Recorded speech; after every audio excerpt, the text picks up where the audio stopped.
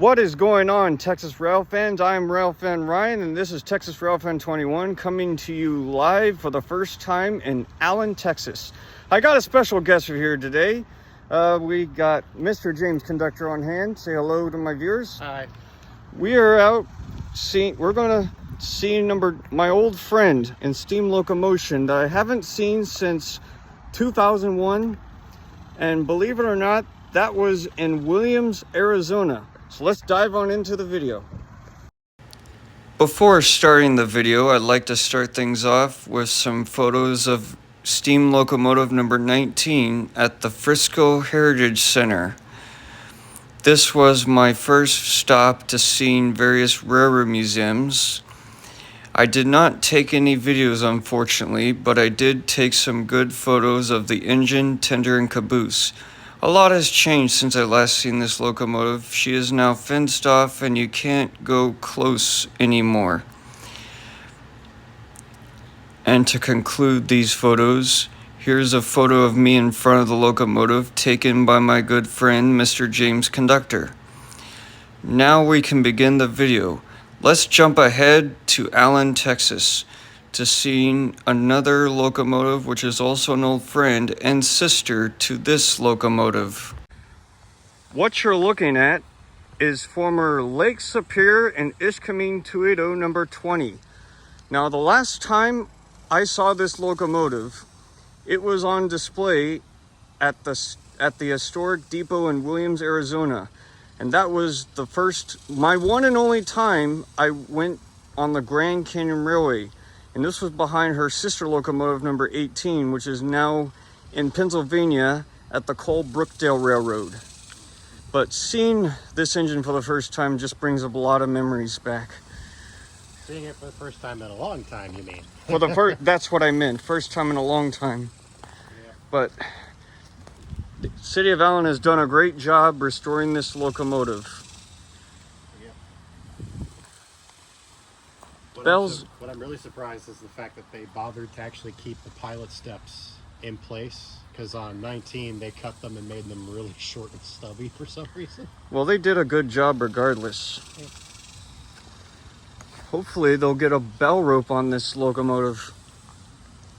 Hopefully the City of Allen is real good. No, I'm not the guy in charge of it, but I was part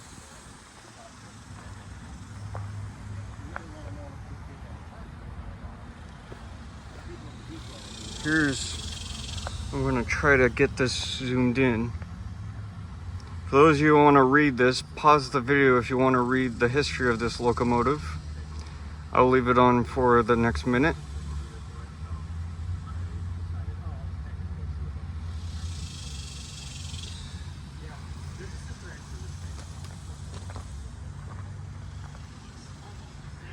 Okay, there is something on that caboose. There's an air horn on this caboose. Now that is interesting.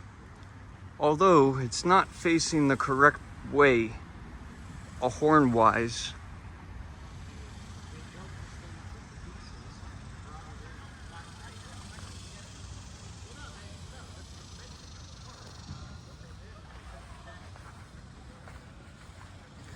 Here's the historic train station in Allen.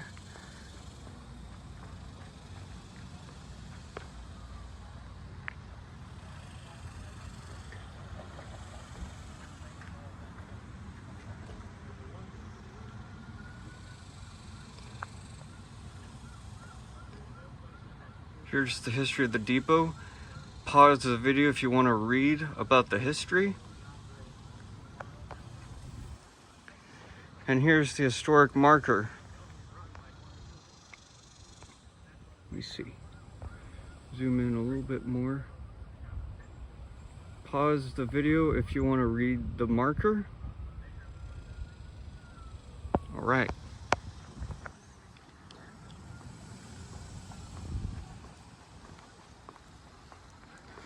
Mr. James Conductor is talking to some people here to see the locomotive.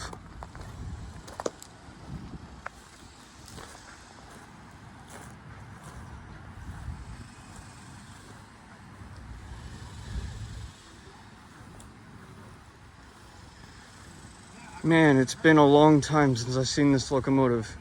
So happy to see that it's here in Texas.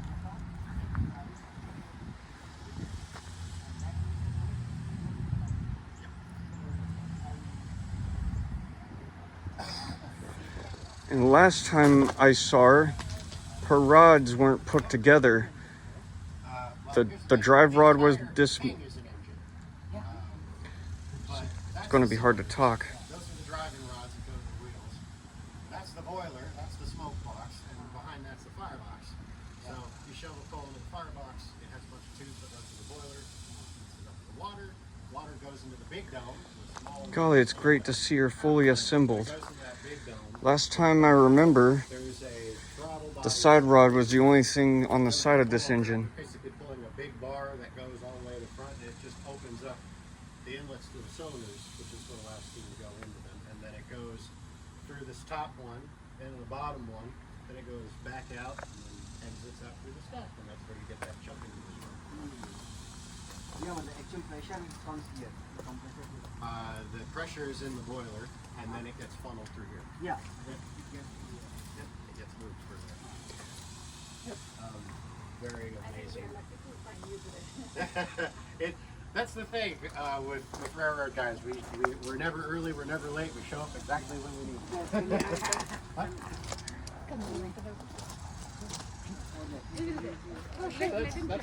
fine. I don't mind getting a picture. we found some tourists.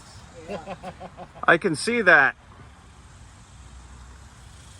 So is that something you YouTube channel or? He does a YouTube channel on it. I'm actually recording a video right now. Oh, sorry. No worries, no worries. Yeah, no. I technically do this as a job. So, but yeah. But my primary thing. So, steam trains are not. I work on. She doesn't have a whistle, but she does have a bell. And here's something interesting. They used a trailer hitch to rebuild the clapper on this bell. Isn't that interesting and funny at the same time?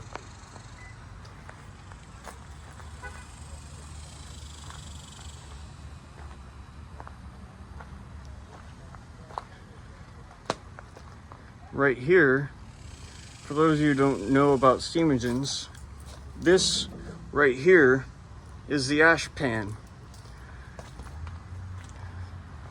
Now what's different to her two sisters is that number 20 has her original extended coal bunker. So that pan catches the ash when they dump the fire they fall into the grate, they fall through the coal grates, and it gets dropped. It actually gets dropped down in this thing right here. Looking in, that's the ash pan, one of them.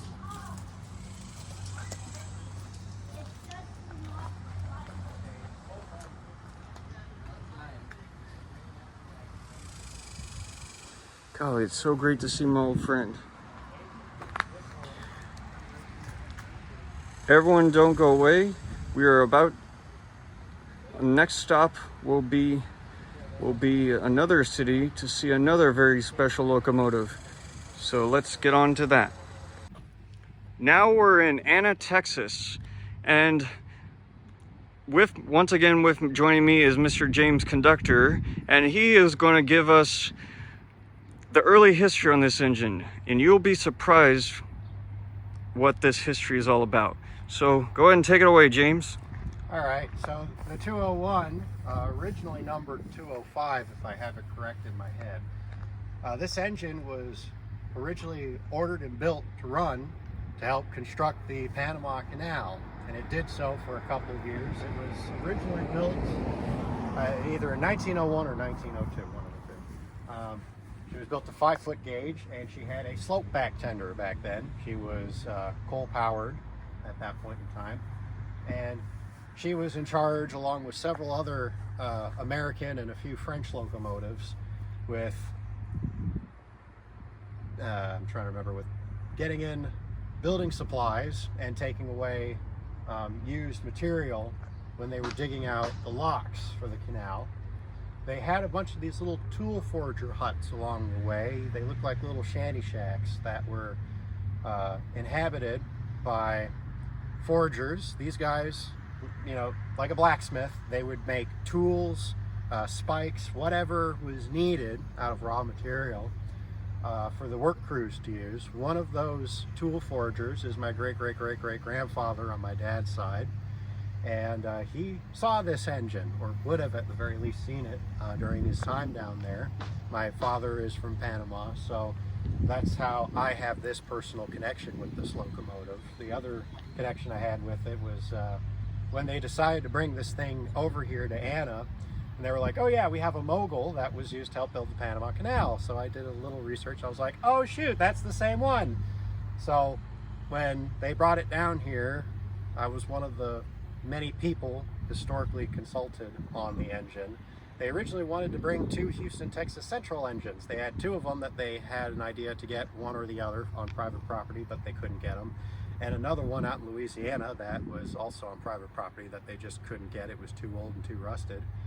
But thankfully, they found this one, and it actually has some other history with, I believe it's Moscow, Camden, St. Augustine, and the try to remember what the other... Eureka Springs and North Arkansas Railroad. Eureka Springs and North Arkansas, thank you. Those are the other lines that it served on. Now, if you're wondering, well, how is it that it's now standard gauge and doing other stuff? This thing got rebuilt a grand total of 2 times. The first time they rebuilt it, it was re-gauged to standard, and that's when it went back to the U.S. after the Panama Canal was completed. There is actually another one of these still in Panama. That one is the other, I think it's the other, it's either the 203 or that one's the 205. They renumbered them. When this one got sent back, it was renumbered to 201. But that one is still over there. I've yet to see it. But when they brought it back over, re-gauged it, 4 foot 8.5 standard. And that's when it went to go work on Moscow, Camden, St. Augustine, and it ran their passenger service. It ran with a single passenger coach that I believe Pentrix did a whole program on it, and they did some really weird shenanigans with that engine that I would suggest you go and look that up on. Me talking about it isn't going to do it any justice. And then it went over to North Arkansas, and it did their tourist train for a while before its boiler ticket expired, and then it got used for commercials as a prop engine, and then later on a movie engine in some Civil War movies. They had put like little blasting charges on the side of the boiler jacket to make it look like whenever people were shooting at it, you know, bullets were bouncing off of it. And then it comes here, obviously. But yeah, this engine currently is meant to represent the history of the Houston, Texas Central Railway, because the depot right here, this is a freight depot, not to be confused with the passenger depot. This is the oldest Houston, Texas Central depot, I believe, in Texas. At least according to the Historical Society down here. I'm blanking on when they made this depot. It may have been in the late 1870s, maybe early 1880s, just before they got all the other railroads coming down here through Texas. But originally, this depot used to sit over there. And they had moved it up here, which is where an old baseball diamond used to sit. It was a little practice field they used to have. Now it's a nice little family park. Well, there you go. That's the history of the 201. If I remember correctly, watching a program that came with the documentary about the Manitou and Pikes Peak Railway called Board for Eureka, it operated in the 90s to early 2000s. I think that's how late until the certification expired. But one thing that was interesting, while I was on the Eureka Springs and North Arkansas Road, have you ever heard of an engine that had more than one whistle? This engine had 2 whistles. It had a 3-chime whistle, and it had a 6-chime whistle that had a sheet metal whistle deflector on the back to deflect steam away from the cab. Whenever they used the secondary 3-chime, they blew it with very low pressure, and usually that's when they cross bridges. The main whistle they blew for their only road crossing between Eureka Springs and the junction, which is how far the railroad ends. The original Eureka Springs Railroad continued all the way to Joplin, Missouri. I forget where it connected with the Frisco Railroad, and then they had a secondary line that went through central Arkansas. Unfortunately, the original Eureka Springs Railroad fell victim to the Great Depression and it was abandoned. Today, the Eureka Springs and North Arkansas Railroad is the only operating section of that railroad that had it's called Eureka Springs because it had healing water. And believe it or not, that same water was in their water tower to top off number 201's tender. Not to be confused with Hot Springs, they actually had a streetcar line up there. Yes, they did have a track. That one actually went out before the Eureka Springs Railroad. It was the first to go. Yeah. I remember they started that. I don't have full history on that traction company, but they started out with horse cars, then they converted to electricity, and from looking at it, they were very small street cars. Believe it or not, one of their cars still runs. It's number 50 at the Fort Smith Trolley Museum. That's one of their cars. Oh, I was referring to the one in Eureka Springs. Oh, wait. Yeah, never mind. Sorry. My bad. You're good. You're good. That's what I say. Don't be confused by them, because I will. Yes. Yeah, both Eureka Springs and Hot Springs had their own streetcar line. Now, what's interesting about this, so when they restored this engine, I should say it was structurally and cosmetically restored. There's no way this thing will ever steam again, because large sections of the boiler and the interior smoke box are gone. And also, they got rid of most of the internal linkage, and there is no oil in this thing. There's no petroleum-based products on any joint, on anything. This is bone dry. So there's no puddles, no nothing. There's no way this thing's gonna ever run again. But it's been very lovingly restored. I would know. I am one of the people who's trying to get stuff done with it.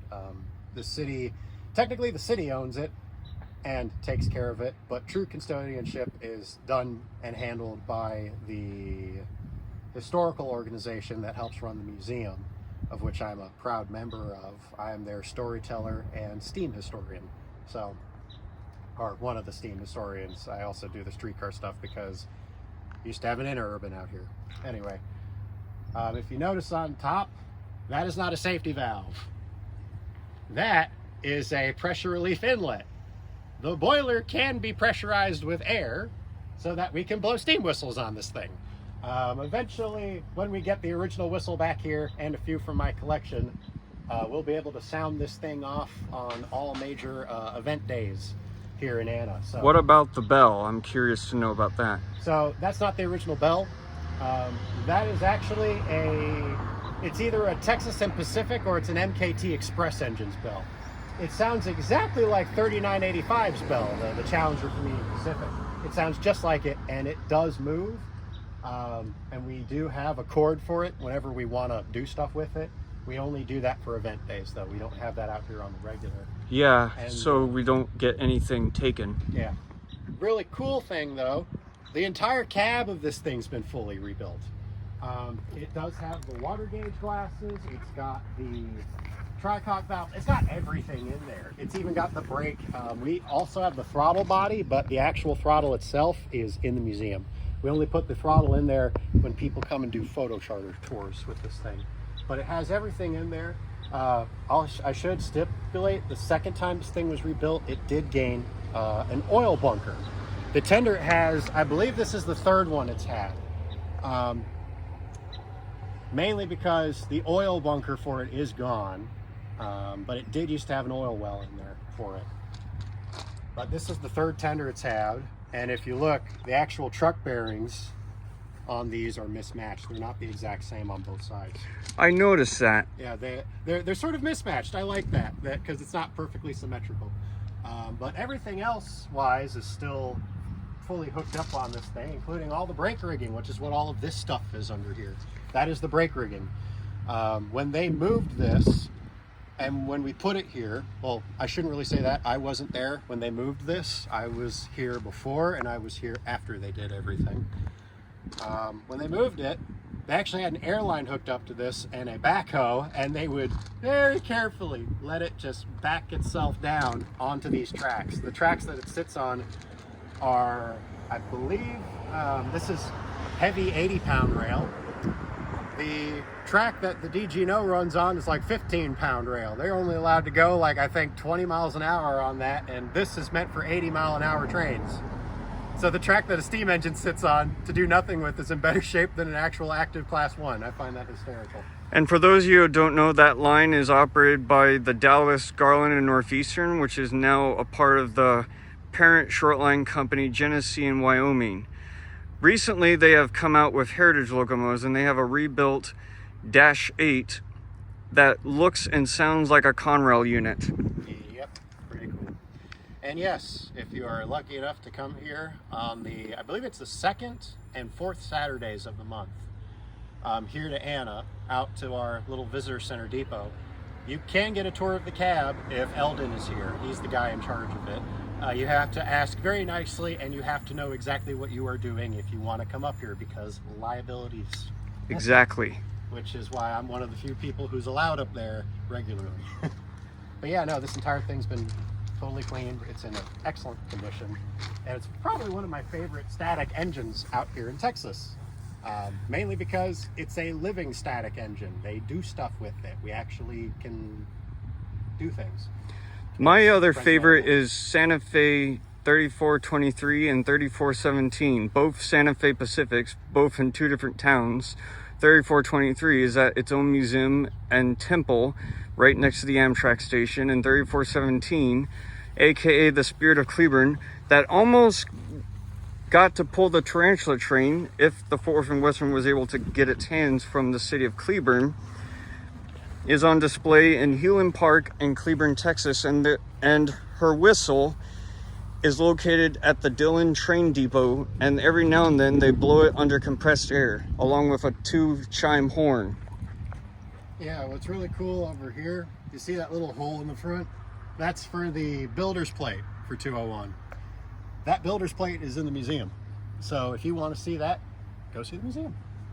And again, you can see where we've got the modern brake rigging hooked up for it, because this would have not been out here on the engine originally. This would have been over here.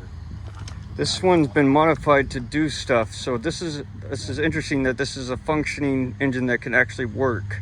Well, not under steam, but pressurized air. Well, not even pressurized air. There's no internal linkage. You can't activate the cylinders through this thing. The steam chest is gutted too. Again, everything out here is lips, which I find really interesting. The snifters on both sides are different. This one's got a shield that's got like little holes, almost like a cheese grater. That one's just got regular blocks cut out of it. You can see the difference as I move my camera from right to left or left to right. Also, you can see this engine still has traces of its original past out in Panama. They didn't use knuckle couplers out there. They used Lincoln pin, which is what this whole assembly is. This is your pin, and then this whole thing would have been your link, and you can actually put bars in there like they do on logging railroads, which is why this knuckle is held in there like that. It also has a secondary pin, which is why it's got a little cavity right there. And if I remember correctly, this one still can open. Let me zoom in. Nope, I don't think it can. It's jammed. Well, no, there's a trick to it. There we go. There was an extra pin. Yeah, it's got a safety pin for it. So, but yeah, there it is. Right?